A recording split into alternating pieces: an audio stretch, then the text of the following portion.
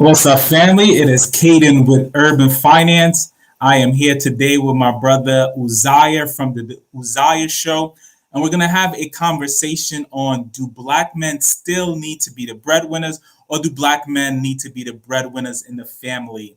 I've known this brother, or I should say, I've followed this brother from Black Men's Career even before I started my YouTube channel. So I'm excited to have a conversation with him today. Uzziah, can you tell the folks a little bit about yourself? Absolutely. So welcome and thank you guys so much. I'm honored to be here. My name is Uzziah Israel. I'm a professional business consultant. And in 2013, I paid off over $95,000 in student loans 2 years after graduating from Baylor University. I spent my 20s in corporate America working for Hewlett Packard, which at the time was the biggest technology company in the world. And, when I started paying off my student loans, man, it felt pretty hopeless, right? Like I never thought that I'd be able to get out of debt. But then once I started being successful at getting out of the debt, that's when I started thinking, man, it really would be awesome if I could show my friends how to do it.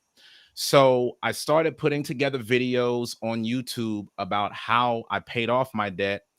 And then soon enough, that turned into a full-time business. So at 26, I quit my job in corporate America, and I've been a full-time online entrepreneur ever since. I'm a real estate investor. I'm a best-selling author. Man, I'm just so blessed to have done this. And I'm born from South Central LA. So if I could do it, I know that anybody can do it. Awesome, man. That is an absolutely beautiful story. And so, just so the folks know, we're going live from both of our pages. And so, Yes. if Uzziah, if you want to tell the folks how they can support you on your page. Oh, absolutely. Yes. Please check out my channel. It is called The Uzziah Show. We do shows 6 days a week from Sunday through Friday. Just check me out on YouTube at The Uzziah Show. Please subscribe and turn on the notification bell so you can see whenever we go live. And for those of you that are on the Uzziah Show channel, my name is Caden, and I run my YouTube channel is called Urban Finance. And so it's a pleasure to see you guys. It's a pleasure to have you in this conversation. We'll be looking at the comments live, and we'll be thanking you guys live for what you're doing. I know you guys will be giving from both of the channels, so thank you in advance for that. As you know, you can give super chats or super stickers if you're enjoying the show. And so we just look forward to having an engaging conversation. And so really jumping right into it. Thank you for everyone that's in the chat right now. Peter Harris, Purpose Driven Life, Brandon, Ariel Israel. And so we look forward to you guys joining our conversation, and feel free to participate in the conversation as well. You guys know this is YouTube, and so smashing the like button absolutely helps with the YouTube algorithm. So please go ahead and do that. So Uzziah, let's jump into it. When I say breadwinner, what does that mean to you? To be the breadwinner in your family, what does that mean to you? Well, I think the traditional definition of a breadwinner is somebody that makes more money than their spouse. This is the person that makes the most money in the household. So the breadwinner is looked at as the provider. The breadwinner is the one that is really relied upon in terms of paying the bills.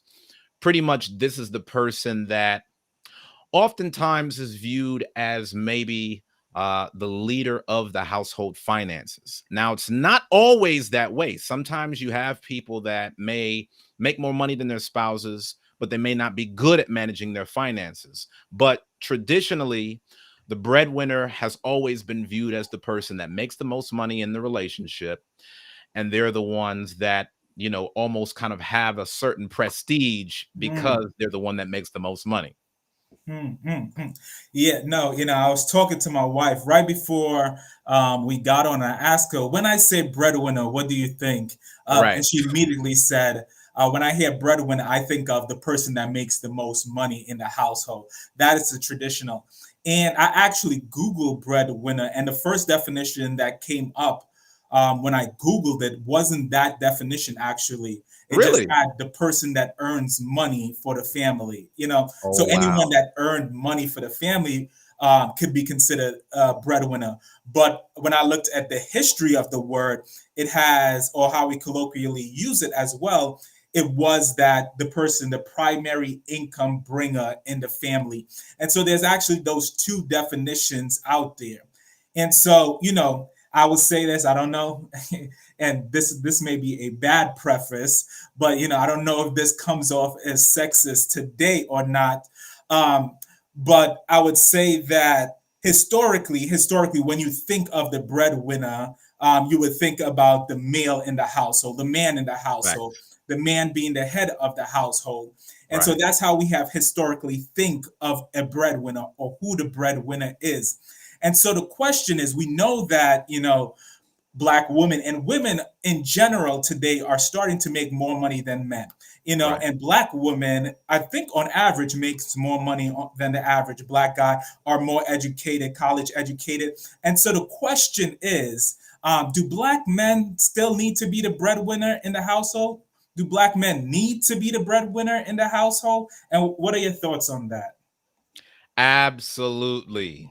I Hmm, think that, in spite of what we see happening in society, biology is biology, right? mhm, mhm, I think by nature, women look to men to be providers. And I think that men look to women to be a support system and a helpmeet, mm, regardless of how much money a person is making, because, we all have different career paths, which lends itself to different skills, which brings about different finances. It still doesn't change the fact that a woman, even if she's a high earning woman, still wants a sense of security from a man. mm, And a man, regardless of a woman's income, still wants a woman to support that man. And mm, so I think that's the reason why there is a significance for a man to be a breadwinner. And I kind of want to be clear about this as well, Caden, and I want to give a big shout out to you and shout out to everybody that tuned in. I definitely want to give a big shout out to my brother, Yasha Allah, for the $20 super chat. And I want to point out that, when you think about these so-called power couples that are out there, mm, I think we also have to acknowledge that sometimes breadwinner should also include male leadership. mm, I say that because, like, when you look at Jay-Z and Beyonce, right? You're mhm, looking at a mhm, billion-dollar couple right there. They've built an empire. And I'm pretty sure that there were some years within the marriage that Beyonce might have made more money than Jay-Z. mm, But that mm, didn't take away from Jay-Z's leadership. Like, it mm, didn't diminish him, it didn't emasculate him. And I think that sometimes we've got to really dig deeper on this conversation, man, because we tend to, look so closely at a dollar mm, that we tend to think that the dollar dictates the role. A mm, man can still be a leader in his household, even if both parties make good money. mm. That's good. So I guess if you, so you gave a little what you thought of the traditional interpretation of breadwinner, and it Right. seems when you're thinking of the breadwinner or male or leadership in the household, you think of it from, you know, what the guy could provide. So I guess what is your definition of breadwinner? Your personal definition of who's the breadwinner in the household, what it means to be the breadwinner. Yeah, like I said, man, I still go off of at least what I thought the title was before you told me that the title was something different. In our community, I was always under the impression that the breadwinner is just the person that makes the most money. But I think Mm, that's really interesting, Caden, because I think that that speaks to the fact that in a lot of traditional marriages, it's still structured in a way where maybe the man is the only one that's producing income, mm, right? mm, I think that as we live in this modern world, it's evolving in such a way where having two incomes in one household is the norm. And while I don't necessarily think that there is any problem with that, I do think that this is the reason why I kind of add on to the topic of breadwinner in the sense of who is the leader. Mm, If you have a husband that's making $100,000 mhm, and you have a wife that's making $105,000, mhm, well, the wife may be looked at as the traditional breadwinner, so to speak, but the man may be the one who's taking both of their finances mhm, and actually setting a direction for the family. mhm, He may be outlining, family goals, how to create generational wealth. And I think that there is something to be said about that, even in the absence of being the highest earner. Does that make mm. sense? So I think that I almost would argue that we kind of have to modify our outlook on it. In an ideal world, Caden, the man would make the most money Yeah, yeah, yeah. and the man would set the direction because he's the head of the household. Mhm, However, I think that as we look at the society where our sisters, Black women, are the most educated, I think that it lends itself to having the conversation at least. Should there be somewhat of a distinction from income and leadership? Just because mm, you make a mhm, certain amount of money, that does not necessarily guarantee that you are looked at as the leader of making wise decisions for mm. the household.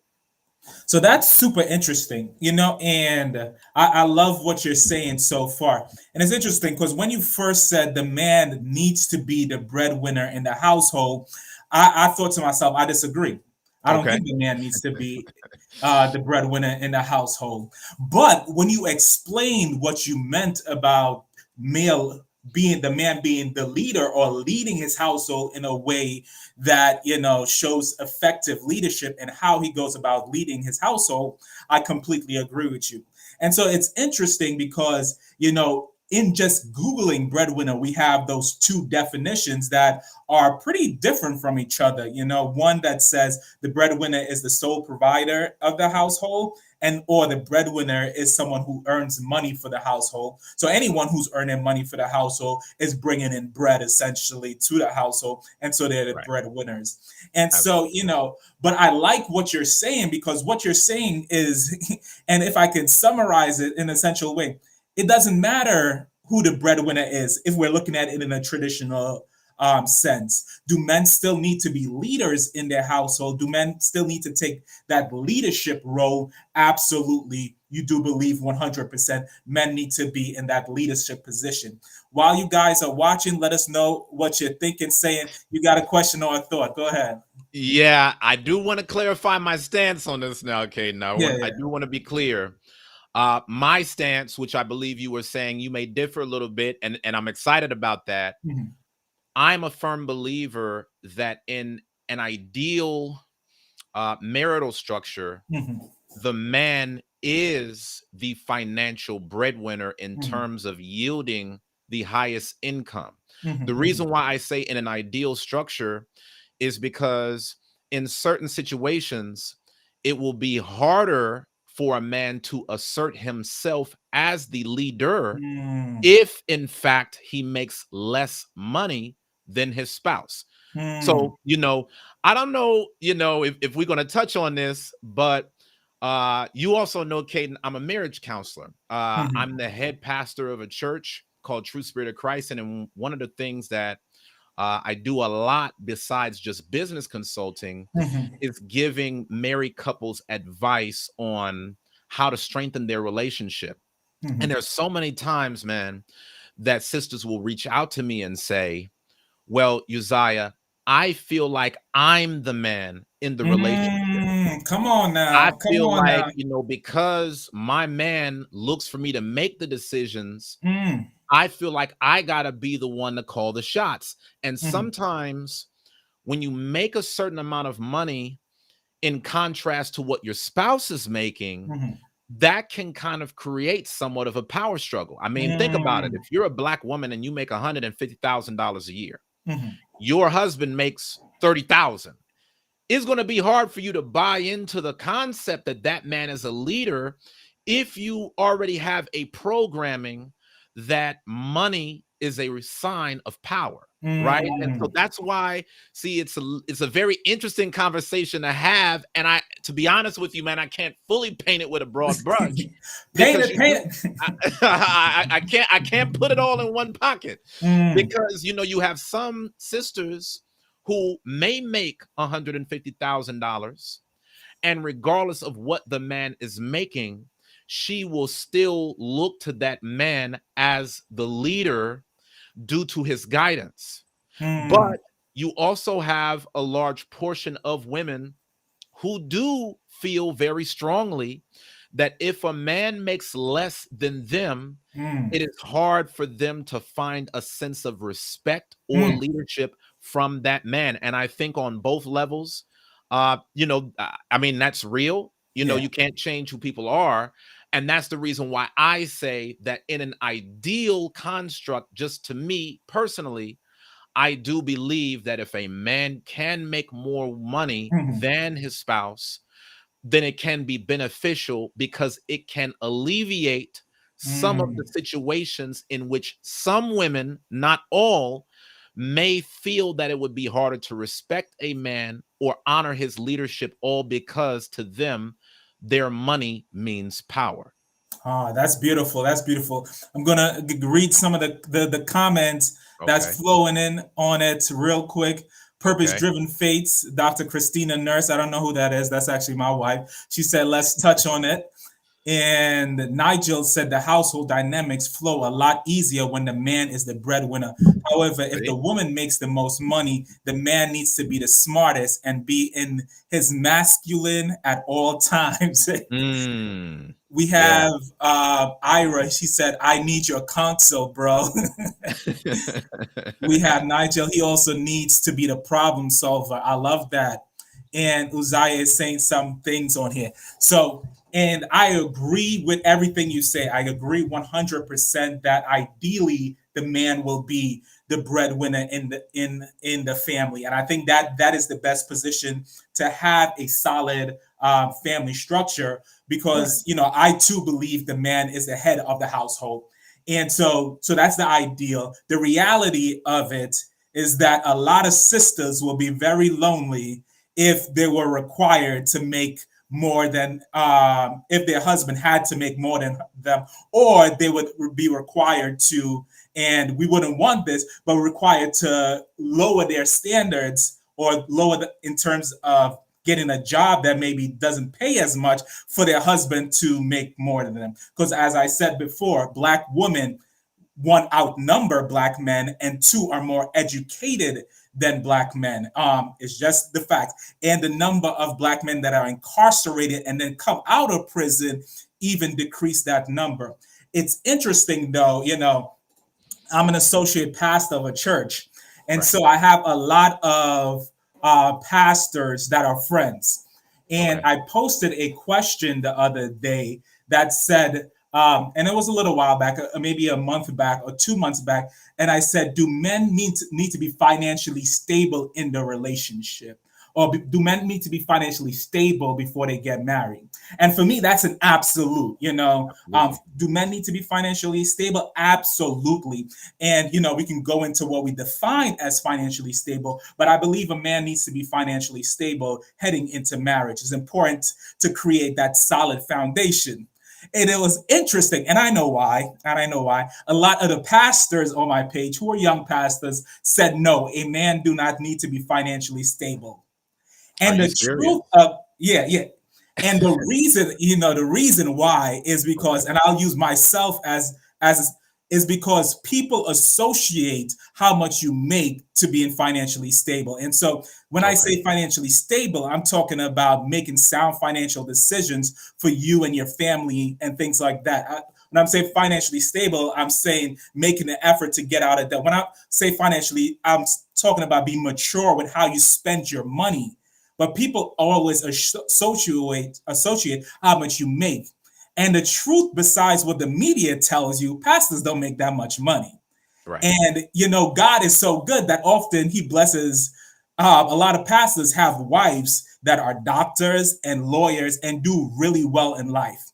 And so you can be a pastor making $50,000, $75,000, But like you mentioned, your wife is a doctor making 150, $200,000. And so when I said financially stable, they're thinking, do I need to make more money than my wife? Right. And that's not the case necessarily. In an ideal situation, the man will be the provider. I had this quick story, and then I'll move on from this about something that happened between my wife and myself not too long ago. And she's on. She can say don't share if she doesn't want me to share it. And Let's put it so out there. you know, she had said to me, because it was during the pandemic and people were getting laid off from work. And Okay. so she said, Kaden, I feel heavily burdened right now because, what if I lose my job? What if I lose my job? And to be frank about it, my wife makes more money. She has a PhD from Harvard in biostatistic. And like I mentioned, I'm a pastor. She makes Okay. more money than me. And she Right. said, what if I lose my job? And it was heavy on her.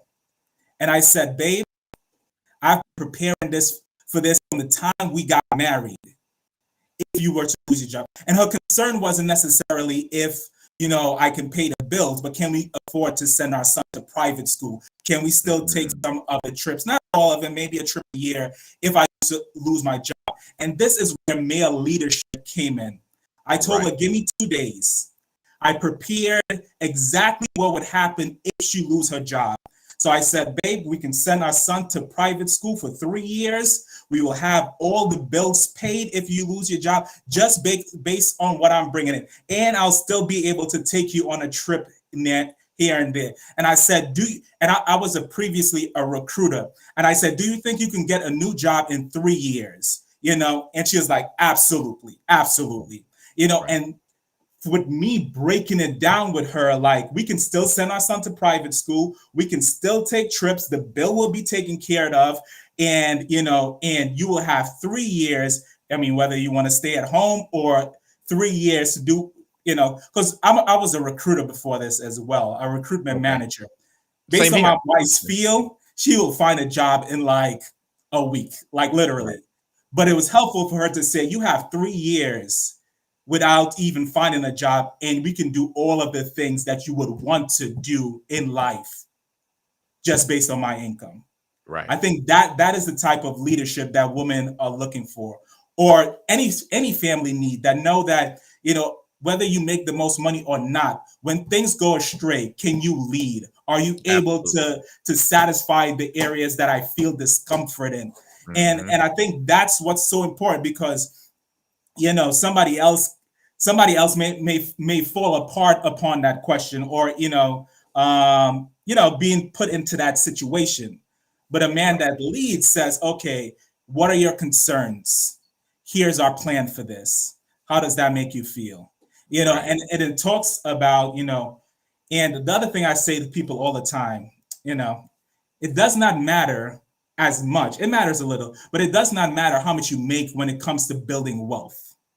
You can Okay. make $150,000 and you can make $50,000, and the person that's making $50,000 can build wealth significantly faster. But it's about leadership. It's about structuring your assets, your resources, and what you have in a certain way that you will always have. But I digress. I just love talking about this. Love talking Absolutely. about these type of things. And so I guess, given what you know about the state of Black men in America, given what you know about what men need to be, I guess, how could Black men become more effective leaders? What would that look like? What do they need to do? And do you feel like the men that you know, or men that you've encountered, are being breadwinners in their family? Yeah, great question, man. I think that the best thing that Black men can do at all times is to focus on their purpose, because their purpose will position them for all the success that they look for in life, whether that is financial, whether that's spiritual, whether that's marital.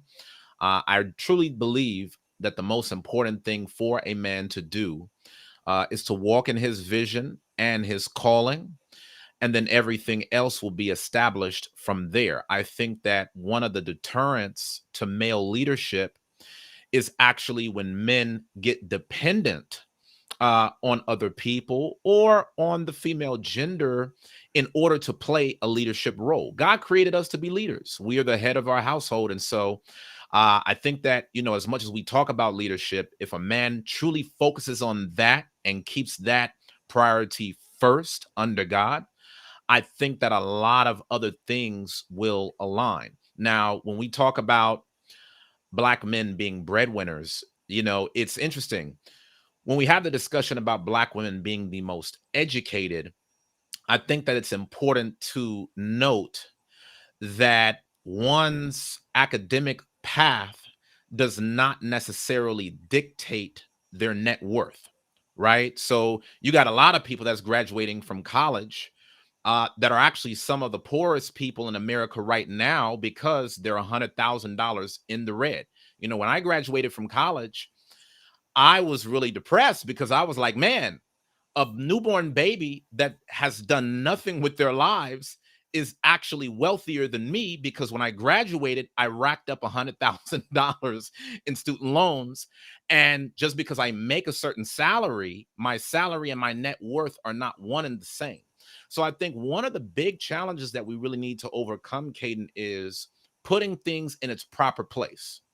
You have a degree, but then there's income. You have income, and then there's net worth. And these are all three totally different things, even though they may seem correlated. I think in order for Black men to be breadwinners, regardless of their level of education, they must be purpose driven enough to constantly strive to be the best version of themselves, level up in terms of their skill sets, and then once they do that, they will always be in a position to produce, whether they are white collar or whether they are blue collar. Mm, Some of the highest income earning men in America are not guys that are college educated. These are mm, guys with, very solid trade skills, plumbers, construction workers, guys that have a lot of the trades that many corporate and professional men don't have. mm, They're making a lot more money because they didn't take out the same debt as college graduates, and they're able to leverage their skills in a market that has high demand. mm.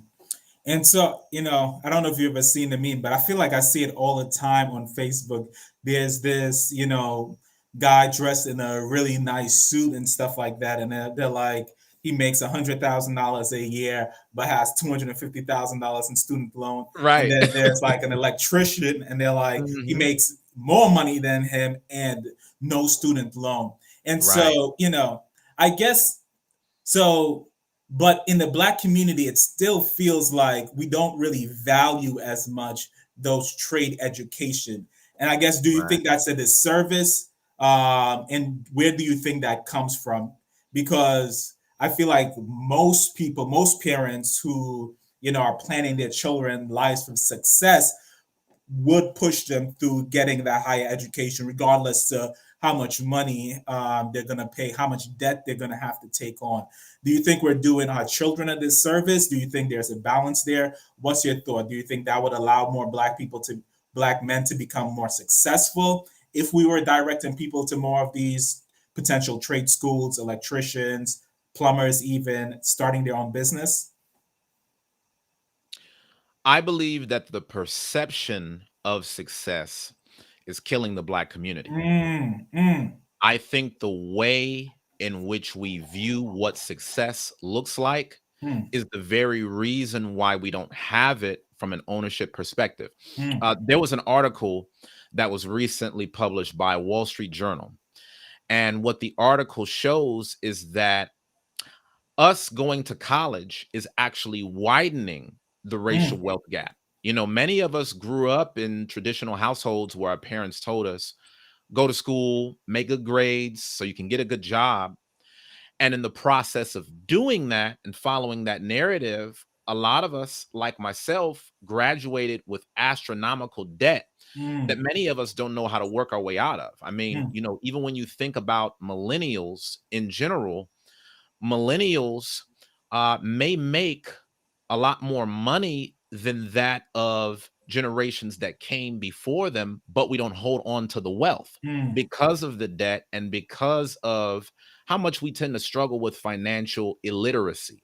mm, Now, going back to your question, I think the way that we look at success destroys us. We will mm, go to another Black man and say, you are not successful unless you have a master's degree, mm, you have a law degree, you have some uh certification that says you get to be in the in club. mm, But what is the cost, and is that actually tied to your natural strengths? mm, So somebody could grow up in a house and they could be very good with their hands.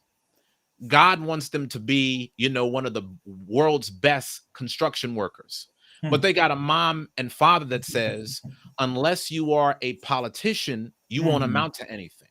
mm, Right. And so I think one of the most destructive things is that we tend to associate looking like success over actually being successful.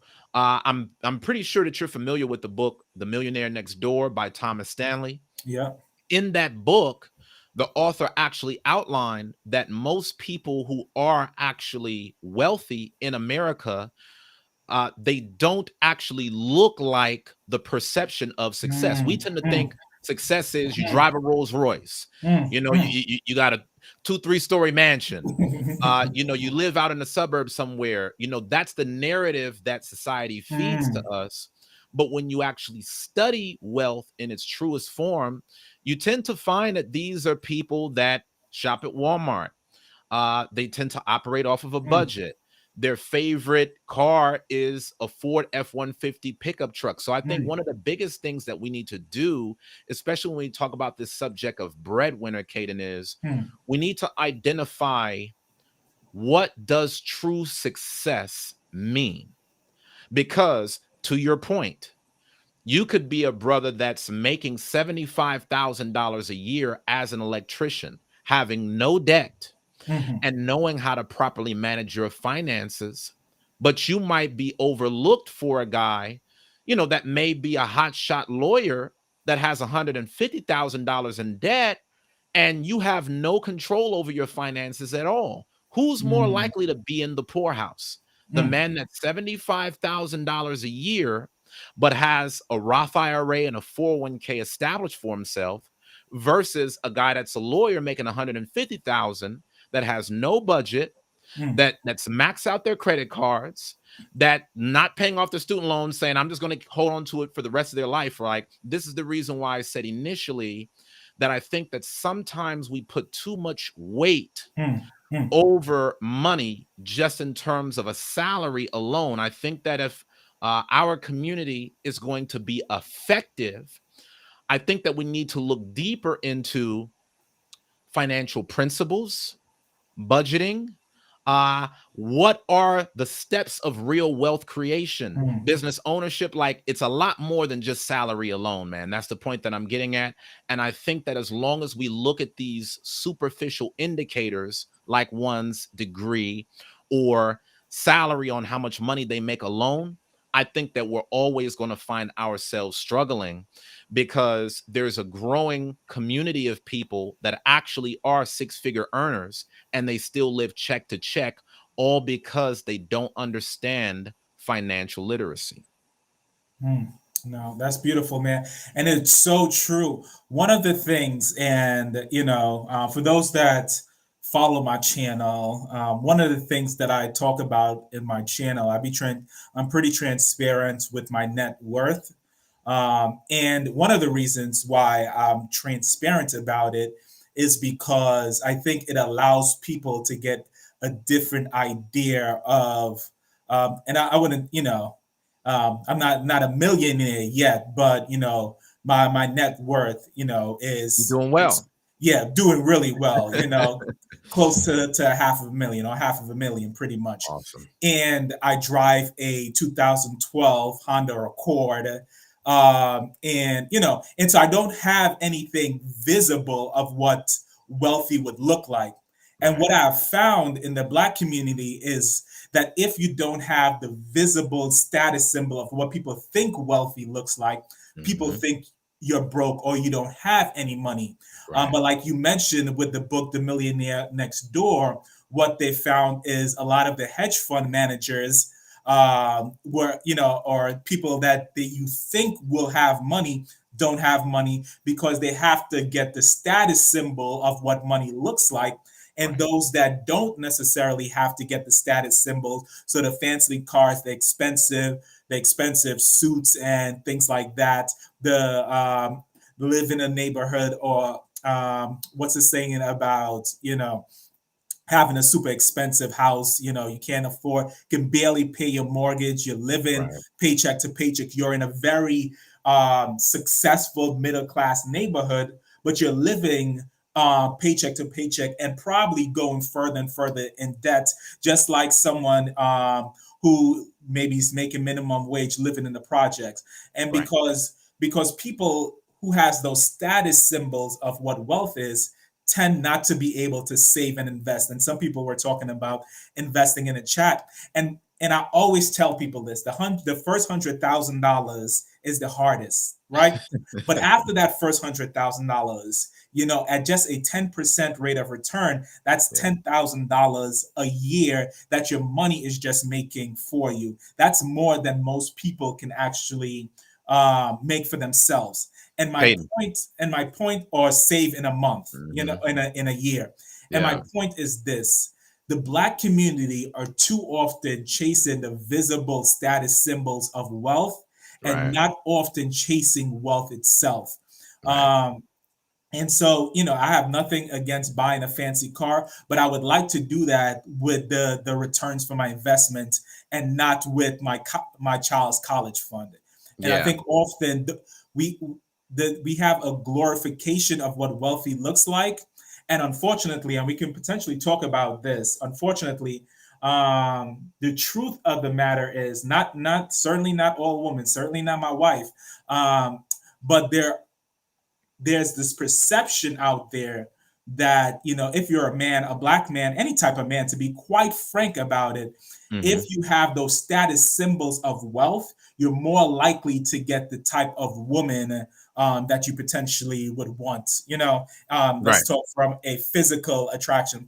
because men feel, it may or may not be true. I don't want to speak for women. I've seen it, but I don't want to speak for anyone. But men feel women are attracted to the status symbol of wealth, not true wealth, because no one really knows what someone has in their bank account. But Right. if you drive a nice car, live in a decent home, then you have the status symbol of wealth, and men know that is worth something to the other sex. Right.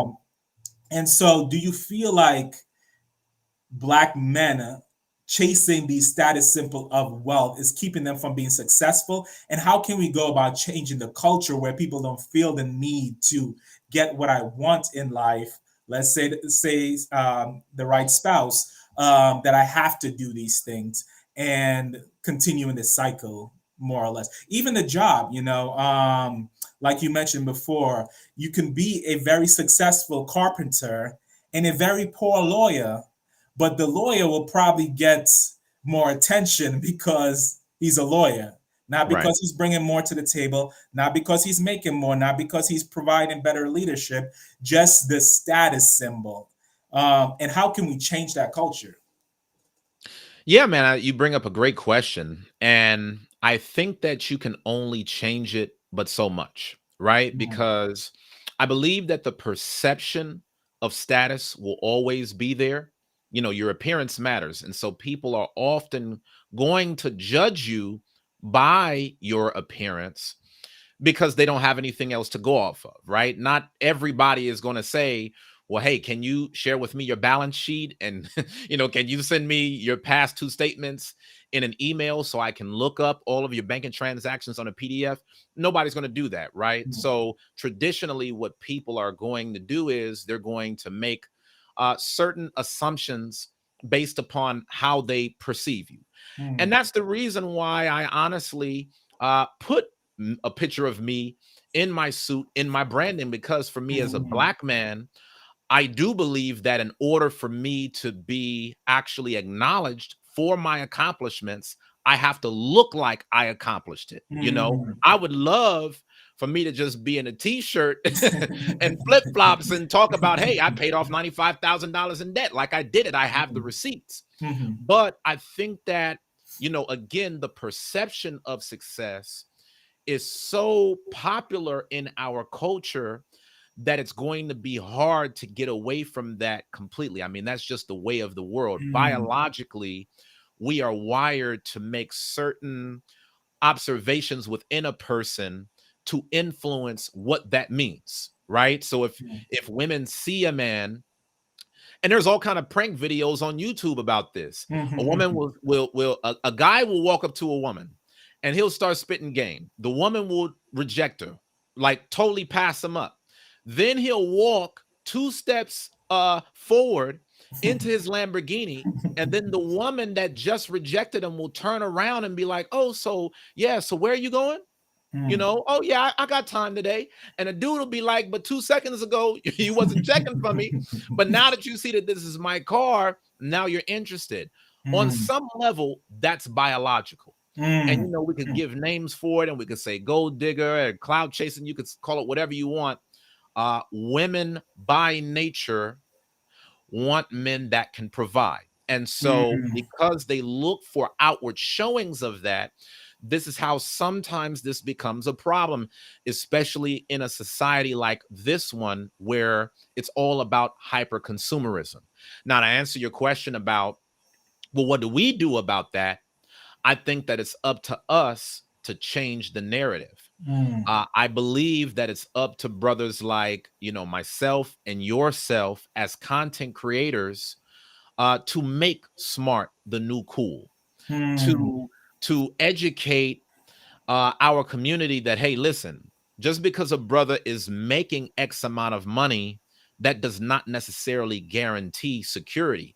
In fact, beyond just looking at the man's income, you may actually want to understand his net worth, because like you were saying, you may not have had a $400,000 year, but if you have a $400,000 net worth, that actually speaks more to your stability long term than that of a man that hit a lick one time. Because any man can have a windfall of money given to him at one point, but how do you successfully, maintain that over time, right? So I Mm. think that what we need to do is, I think that we need to make financial stability the new cool. We need to teach financial literacy. We need to educate our community on what that looks like. And we've got to change the narrative. I think the same way that hip hop culture has done a phenomenal job at, impressing their culture on the world, that, hey, you got Mm. to have,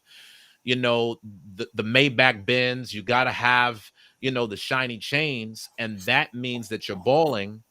I think that we now have to see the opportunity that YouTube and all of these other social media platforms is actually leveling the playing field for us to now influence what bowling actually looks like. Mm. That's interesting. And so Shelley says those women are shallow. And so I guess I ask you a question. Do you feel like women who chase, and I'll say the status symbol in life, are shallow? Do you feel that's shallow? Do you feel that's, or do you feel that that's what some people are supposed to do? Like, what are your thoughts? Man, you really put me on the hot seat with that one. You know, I think that there's levels, Mm. right? I think that we're seeing some women who are gaming men purely based upon status and looks, right? Mm. So if you're not driving a Rolls Royce or Ferrari, Mhm. a woman won't talk to you. Some Mhm. women won't talk to you. Mhm. And I think that that's indicative of a woman's shallow character, Mhm. right? We already know what that is, y'all. Mhm. Y'all not silly. Y'all know what's Mhm. up. Mhm. But I think also at the same time, there's only so much that you can go on the other side of that as well, because if a woman does not look for some semblance Mm-hmm. of financial security or progress in a man, then I think that that speaks to a woman's standards also. I think it's very commendable for a woman to want to build something from the ground up with a man. But, I think honestly, I tend to tell brothers, already have yourself established before Mm-hmm. you bring somebody else into your life. Mm-hmm. You have nothing, and you bring someone else into your nothingness, then y'all are going to be doing a lot of fighting about a lot of nothing. I mean, let's be real. The number one cause of divorce in America is because of personal finances. So we could soapbox all day about how, a woman shouldn't look for a man for the finances and how that's bougie and that's this and that. But I do encourage brothers that if you are wise enough to discern, a gold digger from a woman that is genuinely looking to build a life with you, you have to also consider the fact that you cannot fault a woman completely for wanting some semblance of Mm-hmm. stability. Because if you as a man are doing your job, that will come with the territory. You won't have to worry as much about, oh, well, she won't accept me because I'm not doing this and I'm not doing that. If you can just keep the focus on your priorities, then that will help to kind of alleviate a lot of problems. And this brings me back to what I was saying before. There are a lot of relationships that go back and forth in terms of who's making the most money. Mm-hmm. In my marriage, this is something that goes back and forth. Mm-hmm. My wife, she's a successful woman, college educated, another Baylor graduate like Mm-hmm. myself. She's a six-figure earner. Mm-hmm. And we've traded years in Mm-hmm. terms of highest income. But again, like I said, just speaking personally, in an ideal framework, with you being that male leader, right? Mm-hmm. Because that leadership is important, because just because you make a lot of money, that doesn't necessarily mean that a woman's going to respect you either. If Mm-hmm. you have that strong male leadership and are viewed as the head of your household and you can make good money, then that will alleviate a lot of problems. It doesn't mean that just because you don't have every box checked perfectly, Mm-hmm. that you can't have a great relationship, because even the most successful of men fall on hard times. Yeah. But I think that if a man focuses on really pursuing his passion and honing in on his gifts, he can make things a lot easier for him. No, that's nice. And I always say, I'm hard pressed to call anybody a gold digger. And I say that to say, and we know that there are gold diggers out there, but I'm Right. hard pressed to call anybody a gold digger just because, and I would say, as a man, when I met my wife, the main thing I was concerned about was her looks. When Right. I saw her, I was like, "Oh, she fine. That's my Right. wife." I literally told my boy, "That's my wife." Yeah. And she had a really nice personality when I talked to her. She was an amazingly smart woman. But I pretty much I didn't determine she was my wife till after the conversation. But I talked to her because of her looks, purely Right. on her looks. It had nothing else but her looks. I didn't know she went to Harvard. I didn't know she was in a PhD program. She looked good. Right. And so as a guy, and most guys that I know judge girls or decide that first instance of a girl to talk to, that first interaction, 100% based on looks. It's never like, I think she's really smart. I think she's a smart person. Let me go talk to her. It's usually, that's my type right there. Oh, she's real fine. And Right. so on the other hand, guys look for looks. Women look for financial stability or a guy that can provide in a relationship. And Hmm. so if the woman is not looking at, oh, he's fine, let me talk to him, but then sees his Lambo and like, okay, he Right. could provide, let me talk to him. Is there much of a difference? And I generally ask myself that question: is there much of a difference? So if you guys are watching, feel free, because some people may feel there's much of a difference. And so let me know in the comment section if you think. And I think there's a fine line. Like we can tell a gold digger Right. from a woman that's like, okay, I think he's financially stable, sustainable, and makes. And I think it's okay to have a range as a woman, and it sounds crazy. Um, but in terms like, okay, I'm looking for a brother. Now you may stay single doing this the rest of your life, but I think standards are okay. Right. Say, okay, I'm looking for a brother that makes six figures. We saw what's that brother name? I forget his name. Kevin Samuel. Right. Like, I think there are women all the time that gets on the show and said, "I'm looking for a six-figure earner," Right. and I Mm-hmm. think that's fine. Like, I think it's okay to have standards. And then there are women who say, "Okay, I don't need six figures, but I need 75 to 100." Mm-hmm. And I think it's the same way for men who look at women that say, okay, she needs to be at least a seven or an eight, or men who be like, no, she needs to be an 8 or 9, and men Yeah. who says 9 or 10. And so I guess this is a two-part question. Okay. Am I crazy for thinking that way? And where do you feel is the line between, I guess, let's use Shelley word, shallowness and standards? Where's the line between shallowness and standards? I guess on both sides. Got you. I feel that shallowness is when you're going purely off of finances alone. And I think standards are a reflection of what you want out of life based Mm, upon um, your life's plan. So let me kind of give an example, if I may. So you may have some women that don't really have any long-term plan in terms of how they're going to play a part in a healthy family structure, right? They're just out here living mm, life. Hot girl mm, summer.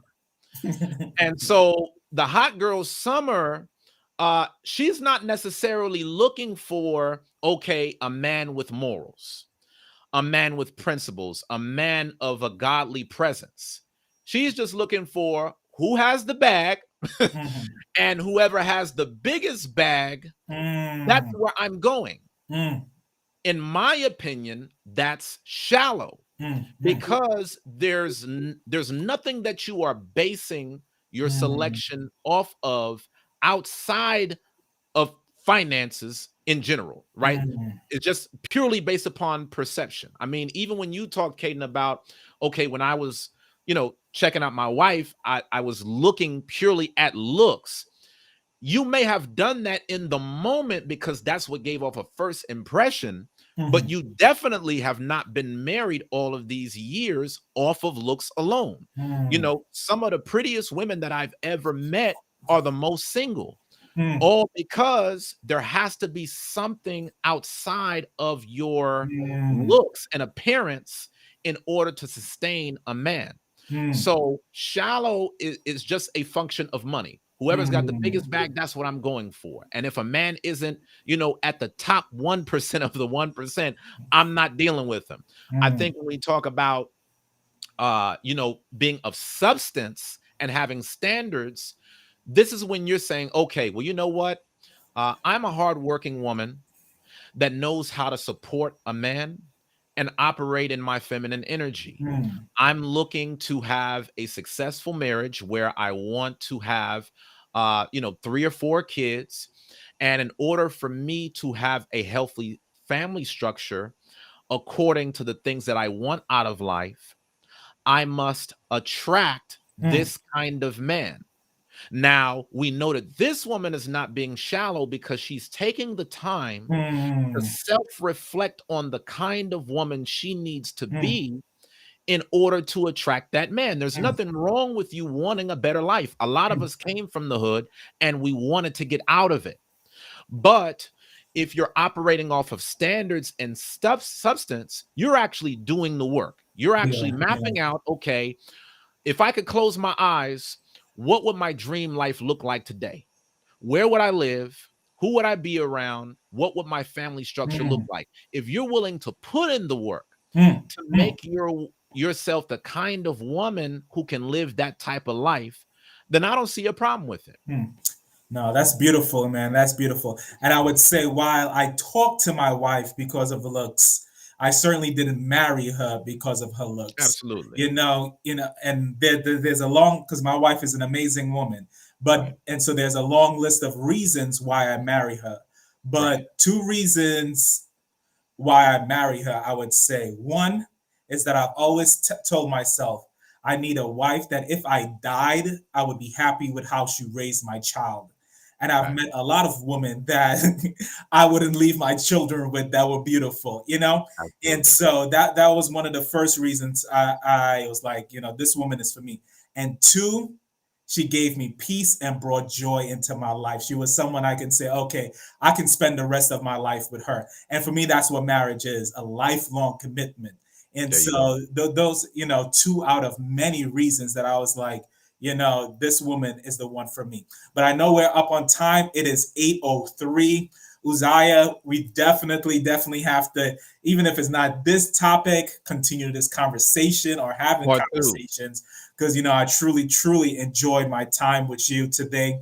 I know, but I do want to be respectful about the hour. If you want to tell the folks how they can support you again, any last words, you can do so. Absolutely, man. Well, first, I just want to thank you so much, Caden. I really appreciate you reaching out to me, brother. And I love this show, man. I love what you're about. I love what you represent. And I pray for nothing but blessings for you and your household, man. We as brothers, we need to see more examples of brothers like you in our community. So keep up the good work and shout out to your wife because I know she's doing great things in, really creating a great family alongside you, man. So many props to that. For those of you that want to tune in to more of my content, please make sure that you check out my show, The Uzziah Show. We do live shows 6 days a week from Sunday to Friday at 8 p.m. Eastern Standard Time, 7 p.m. Central. As I said, I am a real estate investor, a best-selling author, and an entrepreneur. But when you come to the Uzziah Show, it's all about how you can start your own business, get out of debt, and create generational wealth. So I thank you guys so much for tuning in. Please make sure that you subscribe to the Uzziah Show, and I can't wait to see you on the next broadcast. Awesome. Thank you guys again. Thank you for everyone that joined us both on the Urban Finance channel and the Uzziah Show channel. We can't do this without you guys. You know how the YouTube algorithm works. So go ahead and smash that like button. Feel free to share this with someone. And God bless you and continue to live your best life.